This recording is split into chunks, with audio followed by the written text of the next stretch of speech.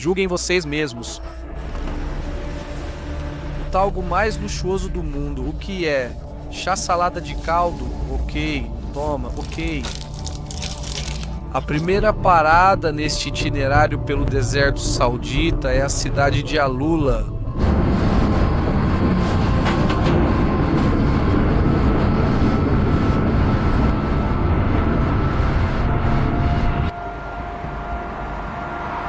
E como está o trem? Está bom, tudo certo?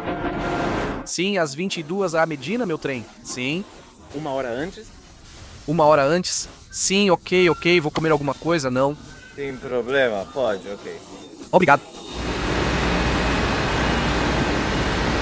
Assalamu alaikum de Jeddah, na estação de trem de Jeddah. Como vocês podem ver, atrás de mim está nada mais nada menos que o Talgo 350 de fabricação espanhola. Assim como fizemos na Ásia Central, quando vimos o trem que liga as cidades de Samarcanda, Abucara e Tashkent, hoje é dia de experimentar o trem peregrino, o trem que liga as cidades sagradas de Medina e Meca. Também faremos isso de forma especial, no estilo cheque, na executiva. Vamos. Antes de mais nada, quero que deem uma olhada na estação. O quão grande é esta estação de Jeddah? Preciso mesmo contar um talgo aqui agora? 2, 3, 4 e 5 lá no fundo, que são responsáveis por conectar exclusivamente essas cidades sagradas, cidades que todos os muçulmanos devem visitar pelo menos uma vez na vida.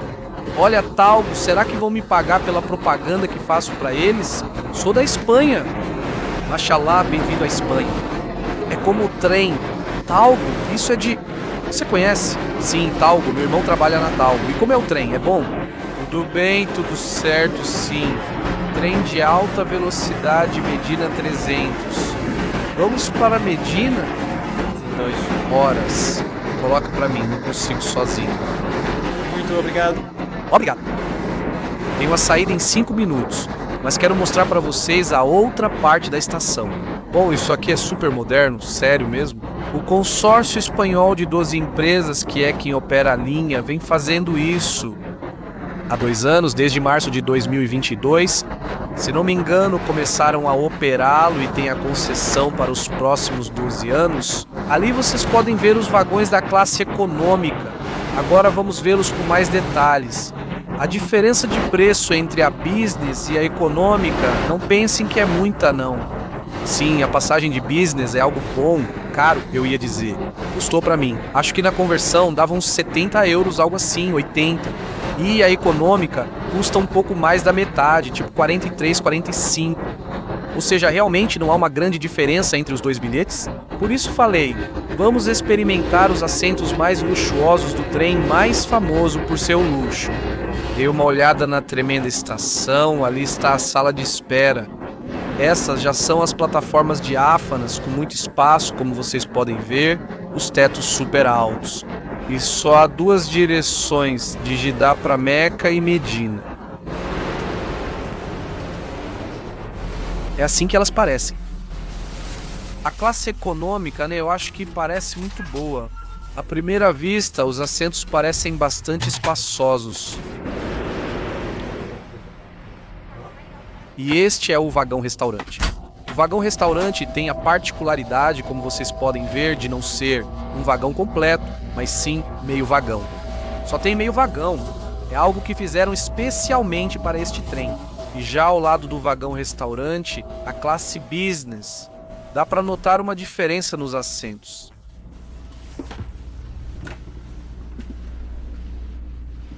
Tem até assentos para pessoas com deficiência. Tem muita gente aqui.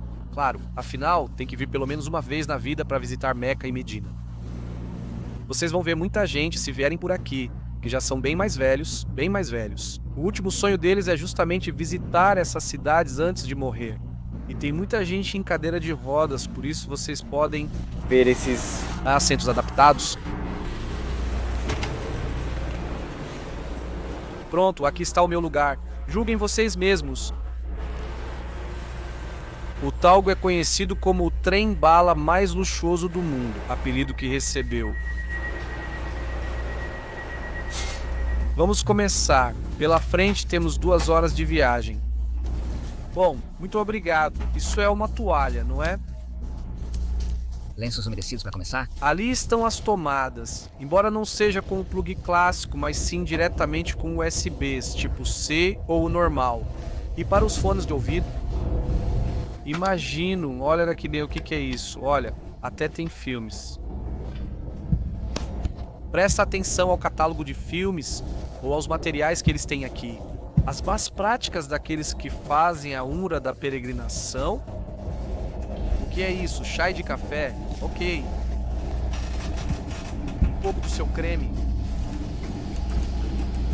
Obrigado.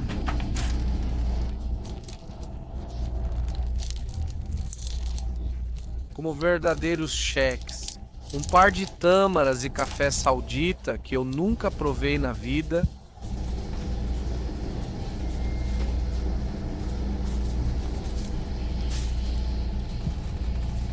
Isso aqui de café, com certeza, não tem muito, pelo menos o sabor. Café saudita.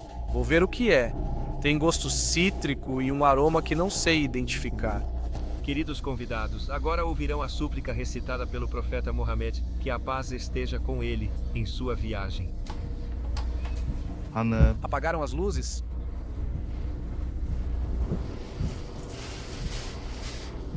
O que tocou é a... Súplica de... Viajante que... No mundo.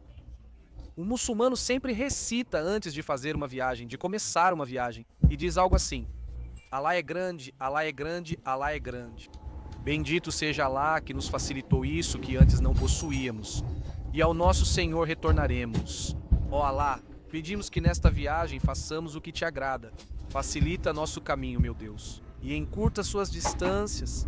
Eu já tinha ouvido isso uma vez em um avião quando viajei para o Irã. Ou aqui, quando você vem aqui para a Arábia Saudita ou sai daqui, eles colocam para você. Mas é a primeira vez que ouço isso em um trem. O que eu estava olhando antes de o rapaz chegar com as tâmaras e o café e antes de o anúncio tocar. Esses são os filmes disponíveis aqui. Achei que teria filmes de Hollywood ou árabes. Não tem? O que vocês podem encontrar são formas de visitar a mesquita do profeta, orações em situações cotidianas da vida e outros filmes, ou melhor, documentários, todos relacionados às práticas do Islã. O catálogo é limitado a temas religiosos, por isso eu disse antes que é o trem peregrino. É um trem criado exclusivamente para unir as cidades sagradas do Islã. Para que tenhamos uma ideia da importância que representa a concessão desse contrato. Trata-se do maior contrato conquistado por um consórcio de empresas espanholas, com um valor de 7,1 bilhões de euros. Mais de 500 expatriados espanhóis se deslocaram até essas terras para realizar a obra durante a fase de construção. E os modelos da Talgo 350 SRO foram construídos exclusivamente para essas linhas. Um total de 35 trens. Além disso, tem a particularidade de que há um vagão do qual não existem fotos, nem se sabe nada, que é exclusivo para a família real saudita e seu séquito.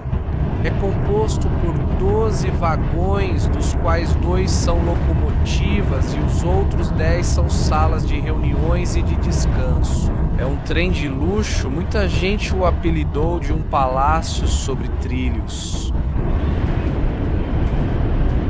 E olhem aqui nas telas, vocês podem ver onde está a Meca, sempre indicando a direção.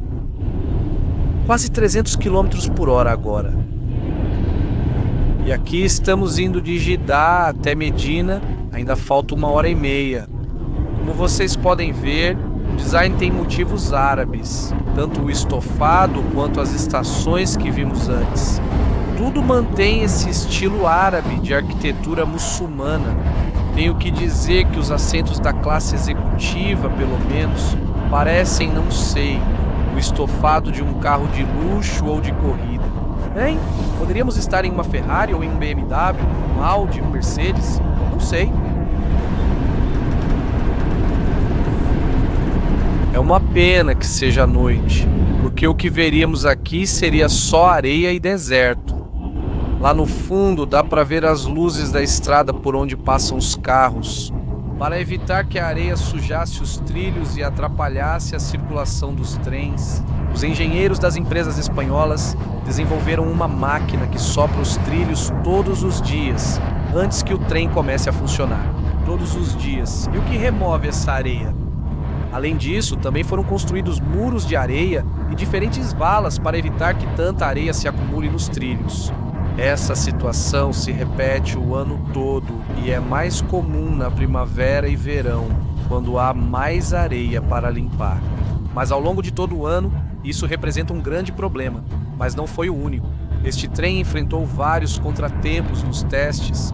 Parece que a estação de Jeddah pegou fogo e eles tiveram que construir um desvio em alta velocidade.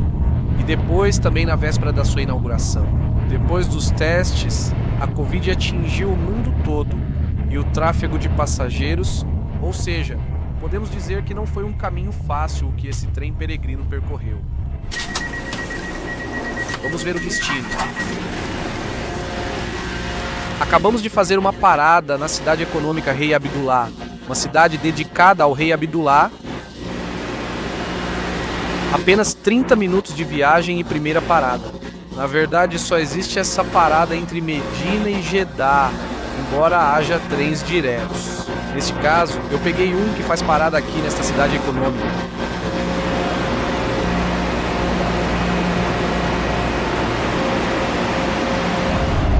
Bom dia, muito obrigado.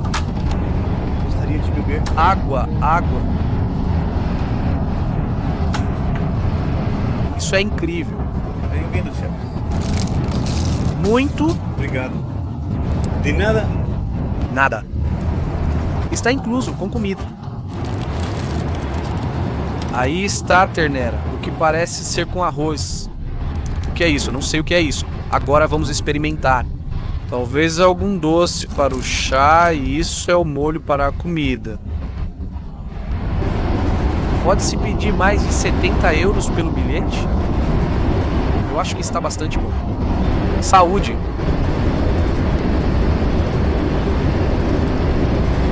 É como uma comida que podem te dar no avião. Arroz, carne e um pouco de grão de bico com um molho de iogurte e ervas. E agora é a vez do doce que os meninos me disseram que é um doce típico saudita. É de coco. Olhem os números árabes. Sempre dizem que esses números vêm dos números árabes, mas eu quase não vejo semelhança. O 1, o 0 e o 9 sim, mas são difíceis de ler se você não conhece.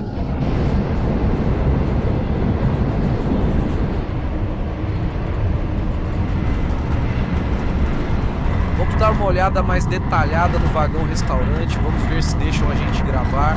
Antes tinha uma moça que não queria que eu gravasse, né? Está funcionando aqui? Tem muita gente? 17 equipes em Medina, 17 equipes em Meca. Eu não sei, Yoga sabe? Eu não sei. 7. 7 pessoas aqui com... Líder, 2 de vendas, 2 de negócios. 7 pessoas para toda a trama. Líder. Prazer, sou Vitor, da Espanha, gostei de te conhecer. De Espanha? Sim, sou da Espanha. Pra mim, É especial, pois... a trama é da Espanha Você pode? e sala aqui na cidade, sim? Sim. E os carros estudaram na Espanha também? Sim, mas antes todos os carros estudavam aqui. Da Sáudia, todos da Sáudia, sim. O terceiro carro é da Espanha. Faça isso com estilo, beleza. Assim, estilo saudita? Como bens, né? Muitas. Como funciona aqui? Tem muitos milagres? Tem muita gente? Sim, pessoas do mundo todo. Do mundo todo. Sim, por Várias razões. religiosas e razões turísticas. O que é a cidade econômica? Cidade, E econômica é uma cidade de negócios, uma... cidade do petróleo e Ok? está Focada no petróleo. Sim? Ouvi dizer que os carros também são mulheres? sim, Elas estão começando a trabalhar com petróleo e ainda assim há mulheres orgulhosas neste supermercado. Como você viu, mulheres trabalhando com petróleo. Sim, então. Não há diferença entre homens. Sim. Neste período de tempo, ok? Você pode compartilhar com a gente sua opinião sobre os trens na Espanha em comparação com os da Arábia Saudita? Este é um trem luxuoso. Este é de alta qualidade. Sim, tudo é. Novo. Às vezes temos trens de água. Durante a temporada, sim. Isso. Por temporada queremos dizer o Ramadã e a primeira temporada, então eles unem 2 trens. Ok. Um trem, então o número de passageiros vai ser em torno de 900 ou 800. Uau. Isso é muito. Um trem unido tem 16 vagões. Um trem unido tem 13 vagões, então uns 25 ou 26. 26.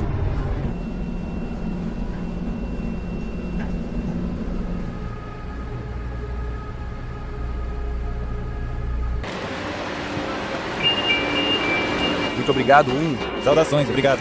Muito obrigado, foi um acordo. Então é isso, assim foi a viagem no trem espanhol do deserto, né, o tal do Saudita. Muito bem, uma experiência completa. Além disso, nunca viajei na classe executiva, na classe de negócios, em um trem. Talgo. Foi a primeira vez, tinha que ser aqui na Arábia Saudita. Aí está, trem lindo. Característico pelo seu bico em forma de pato, como Muitas das séries que a Talgo tem. E é isso.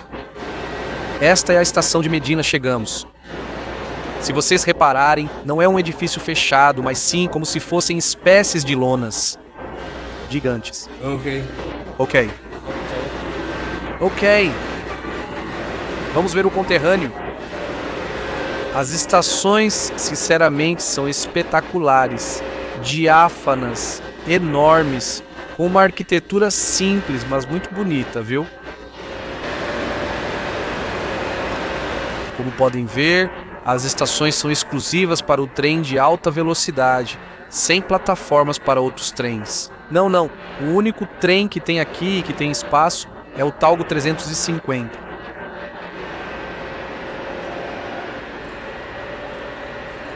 Os tetos, eles são muito altos. Eu acho que 20 metros fácil, hein? 20, 30 metros de teto. Outra Coisa que chama a atenção. É como eles têm o ar-condicionado no máximo no trem, e depois você sai do vagão pra rua e o calor bate no seu rosto e em todo o corpo. Bom, agora, porque é de noite e está um pouco mais fresco, mas olha, já digo que o trem parece uma geladeira. Eles não poupam no ar-condicionado. Obrigado.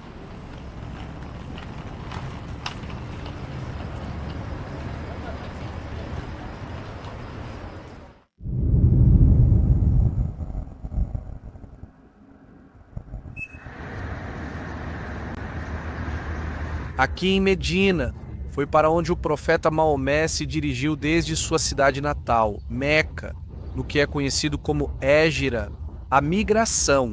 Devido às perseguições que sofria em Meca, ele teve que fazer essa migração e se estabeleceu aqui em Medina. E foi aqui que ele morreu e foi enterrado no pátio de sua casa, o que era bom, pois era onde os fiéis se reuniam. E esse pátio, essa casa de Maomé, atualmente é a estrutura e a mesquita monumental. O que vem atrás de mim? Aquela cerca verde, que separa o recinto da mesquita do resto da cidade. É ela que delimita a passagem para muçulmanos e não muçulmanos. Eu, por exemplo, já não posso passar ali nem atravessar essa cerca. Nos últimos anos, o governo saudita relaxou as medidas que eram tão rígidas sobre a entrada na cidade sagrada de Medina. Ao contrário de Meca, que é terminantemente proibida para não muçulmanos, nem mesmo se pode chegar a 15 quilômetros ao redor de Meca. Ou seja, você não pode entrar nos limites da cidade. Aqui em Medina, isso é permitido. Na internet, muitos dizem que Medina é proibida para não muçulmanos. Mas, na verdade, é esta cerca que delimita a zona restrita para os não muçulmanos. Na verdade, quando vocês se aproximam de Medina pela estrada, nas placas já não aparece mais a sinalização de apenas muçulmanos agora simplesmente indicam o nome da mesquita.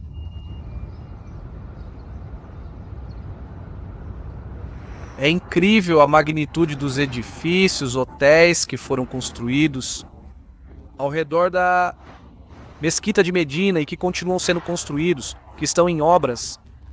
Além da ampliação da segunda maior mesquita do mundo, vocês também podem ver muitos hotéis novos sendo construídos. Prédios altos de 10, 15 ou 20 andares. Após visitarmos a cidade sagrada de Medina, convido vocês a me acompanharem para conhecer o deserto saudita. Vamos!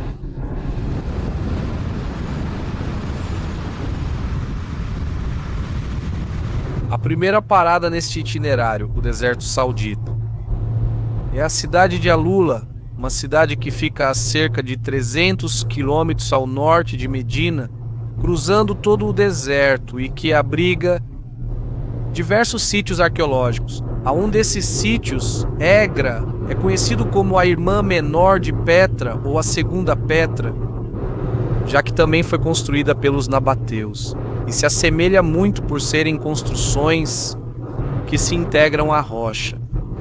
Assim que saí da cidade de Medina, pude ver o que já são os primeiros sinais do deserto. Embora a primeira coisa que vocês veem quando saem da cidade sejam muitos campos de cultivo de tâmaras com um monte de palmeiras e um ou outro dromedário solto pela estrada, a paisagem que verão é uma mistura de montanhas muito áridas, terra arenosa e, claro, a clássica areia do deserto, com uma cor entre ocre e avermelhada e uma grande quantidade de pedras pretas também. As estradas em geral estão em perfeito estado, uma faixa para cada sentido, com um acostamento largo, mas dá para ver que ainda são novas e quase não há trânsito. Na verdade, agora onde estou, já avançando uns 150 quilômetros ao norte de Medina, mais ou menos, praticamente não se vê povoações de nenhum dos dois lados e a cobertura de telefone já desapareceu faz um tempo. A particularidade de Alula é que ela sempre foi completamente um mistério para o resto do mundo. Como a Arábia Saudita estava fechada ao turismo e só nos últimos anos, desde 2019, desde que a Arábia Saudita abriu para o turismo, ela começou a ser a pedra angular em torno da qual gira essa indústria crescente e recém-nascida. Aqui na Arábia, a estrada começa a serpentear entre formações rochosas, que é pelo que Alula também é característica, se não por mais nada.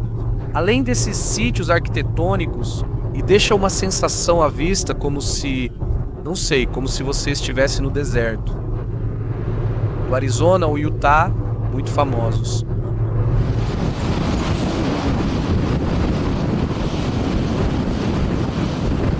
Não posso acreditar no que estou vendo. Na minha frente está indo o caminhão-pipa, cheio de gasolina.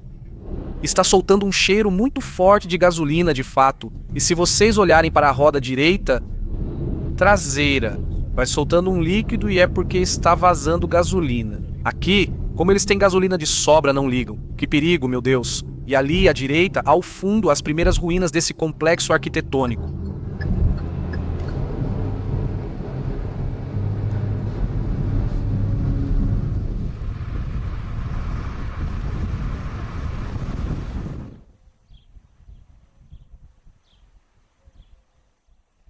Finalmente conseguimos. Já estamos em Alula, lugar por onde passaram 5 grandes civilizações dos últimos 3.000 anos, cujos vestígios ainda podem ser encontrados por toda a região, abrangendo uma grande área. Milhares de hectares e que inclui até um oásis, é por isso que eles ficaram aqui. Essas civilizações encontraram um lugar para se estabelecer. É espetacular o contraste entre essas enormes formações rochosas que foram moldadas pelo tempo e pela erosão do vento e da água, com o verde das palmeiras e de outras árvores que abundam por aqui. Podemos imaginar como era há 3.000, 2.000 anos, 1.000 caravanas comerciais passavam aqui, que conectavam as rotas da Península Arábica com a África, Ásia Central, Oriente Médio e que depois se estendiam para regiões como a Europa e a China. Essa civilização na Bateia teve seu apogeu, para termos uma ideia, entre os séculos 1º ano, C e 2D. C.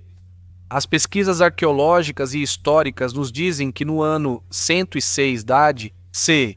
possivelmente passou a ser um posto controlado pelo Império Romano. Recentemente foram encontrados os restos de uma tumba que foi encomendada por uma importante mulher na Bateia e cujo rosto os arqueólogos conseguiram reconstruir digitalmente.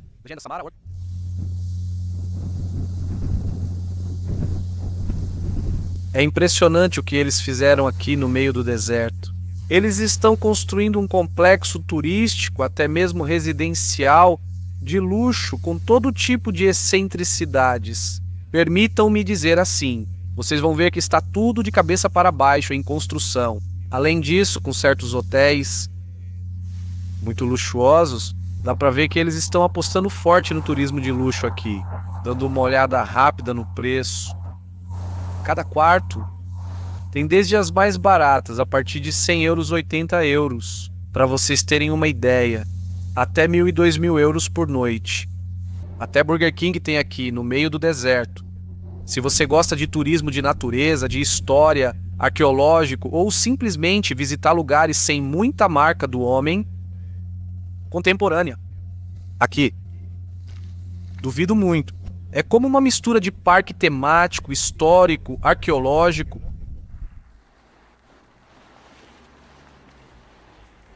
Entre outros sítios arqueológicos, podemos encontrar aqui em Alula. É a cidade velha de Alula, cheia de passagens sinuosas e estreitas como esta aqui, uma cidade no meio do deserto, que sobreviveu até 1980 por mais de 12 séculos.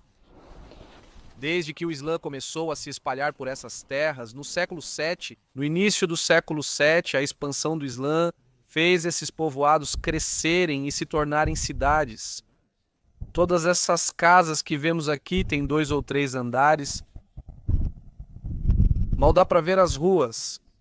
Típico das cidades em desertos, ruas super estreitas, para que o sol não os queimasse e para manter o frescor nas casas. Uma coisa muito curiosa que acabei de ler é que aqui no alto desta colina, desta rocha, ficava o chorador de Cryer. Eu li, não sei como traduzir isso. Ficava uma pessoa que gritava para todo o povoado os objetos perdidos e encontrados em busca de seu dono. Se o objeto fosse encontrado pelo dono, pela pessoa que o havia anunciado, e que o havia anunciado, recebia uma pequena porcentagem de acordo com o valor total do objeto. Imaginem que negócio em uma cidade movimentada por milhões de peregrinos. Comerciantes ao longo dos séculos dá o que pensar. O engenho humano ela está sempre pensando em como ganhar dinheiro, principalmente se você está cercado de comerciantes. Alula era muito conhecida na região por seus tâmaras ricas e pelas variedades de cítricos que cresciam no oásis, que eu tenho aqui às minhas costas. Durante os meses quentes do verão, famílias de agricultores se mudavam do centro da cidade para suas fazendas nos arredores da cidade. As terras férteis e úmidas que o oásis proporcionava também se dedicavam ao cultivo de alguns cereais, verduras e vegetais. Aqui está a cidade antiga, aos pés da rocha, e ao longe branca a nova cidade onde foram os antigos moradores.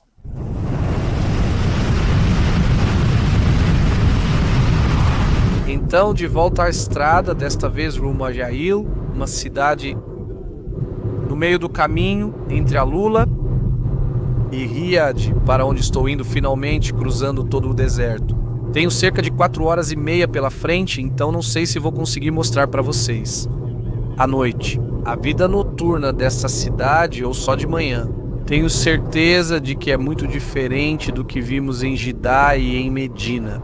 Uma das coisas que me chamou a atenção nessas estradas do deserto, além de estarem isoladas de qualquer ponto habitável, é a quantidade de placas de advertência. Vocês podem encontrar placas alertando sobre a possível travessia de camelos ou dromedários pela estrada. Mas não só dromedários, como também gazelas. Eu vi... Atenção! Atenção à música que toca na Rádio Saudita. Isso era impensável há uma década. Aqui, com a música eletrônica cruzando o deserto.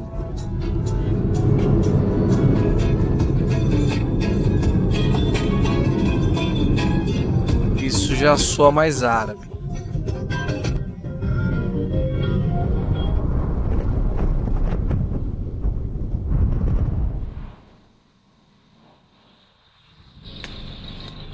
Atenção aí, eletrônica. Atenção, eletrônica, atenção à eletrônica. Vocês têm um carro? Café aqui?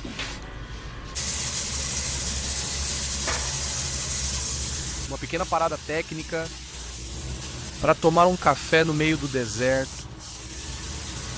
Aqui tem um posto de gasolina, uma pequena comunidade e vou tomar café com algo para comer.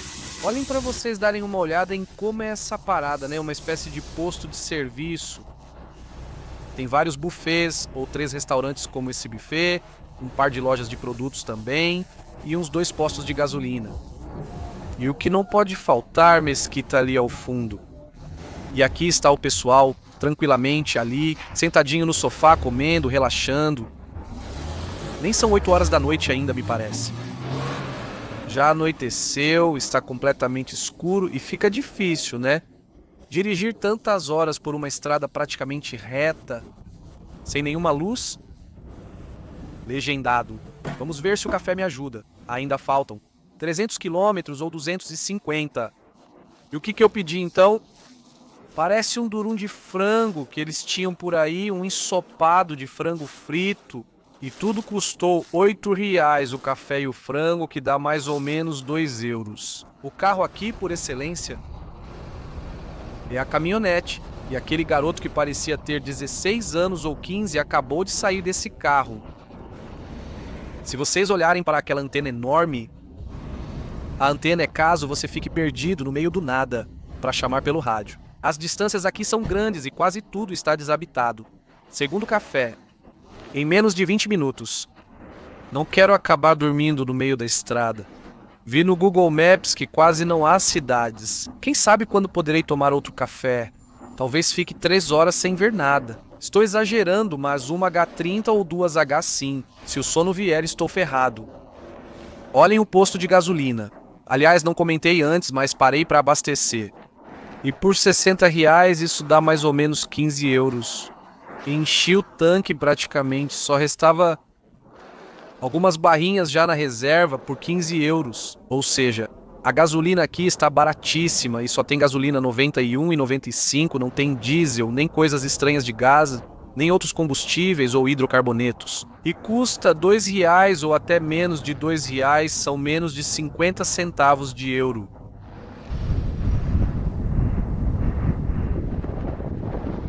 Li uma placa. Próximo posto de serviço em 140 quilômetros. As distâncias da Arábia Saudita são gigantescas. Este país é enorme, vocês não fazem ideia.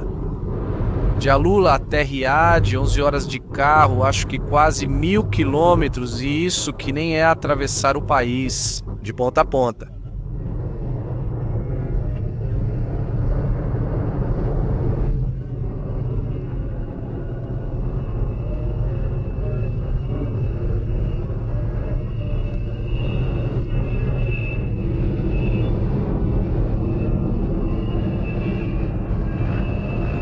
Obrigado por assistir. Obrigado por assistir. Ok, Shukra. Quantos são 7 quilômetros? 90, 50, 50, 50 reais.